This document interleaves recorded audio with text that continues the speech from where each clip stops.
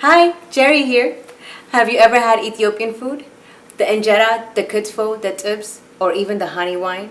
Well, stay tuned because we have that for you right here on Gerrie's Corner. Today, I'm visiting Mercato in Little Ethiopia on Fairfax in LA to bring you some of the best Ethiopian dishes around that most Ethiopians, like myself, would recommend are a must try. So if you're visiting an Ethiopian restaurant anytime soon, or if you've been invited to a dinner with a group of Ethiopians, or if you're just interested in finding out just what is the fuzz about Ethiopian food anyways, then you've come to the right place.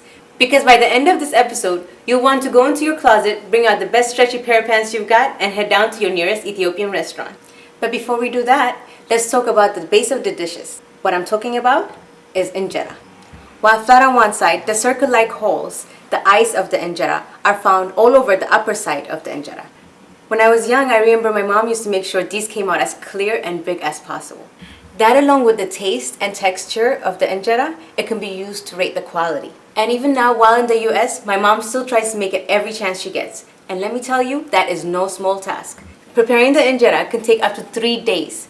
3 days! Along with putting the yeast, the teff, and the flour, putting it in and out of the fridge. Bring it back out, letting it overflow, and then bringing it back down. Once it's ready, it's poured out onto an iron grill in a spiral-like motion. Because it's traditional to share with family and friends, the injera is used as a tablecloth on a big platter to put the rest of the entrees on. It's the perfect dish for bringing people together, and for me, that's why Ethiopian cuisine is the best. But I warn you, preparing this food takes time and effort. Or maybe I'm just talking about myself. But it is definitely worth it. Now the tricky part, preparing a bite, which is called a gursha. You gotta take a piece of the injera, grab your food with it, roll it into a mini taco, and then take a bite. One etiquette to remember, especially when sharing with other Ethiopians, is to make sure you stay onto your side of the platter. Why? Because it's considered a little rude to go onto other people's side, blocking their gursha. So don't do it.